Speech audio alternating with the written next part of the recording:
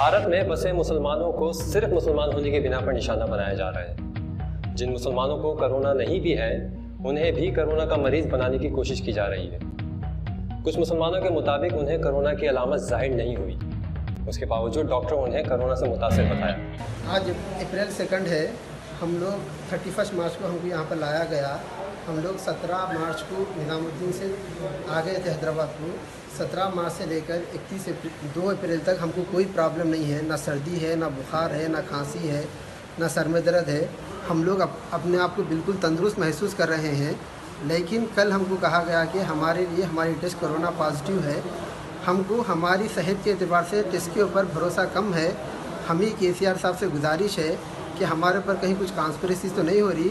हमारे तरफ से वो लोग केसीआर साहब ख़ास तवज्जो दे, अगर हो सके तो दूसरा ओपिनियन लिए तो हमारे लिए, हमारी फैमिली के लिए एक बहुत बड़ी सहूलत की बात होगी। जज़ाकल्लाह, थैंक यू।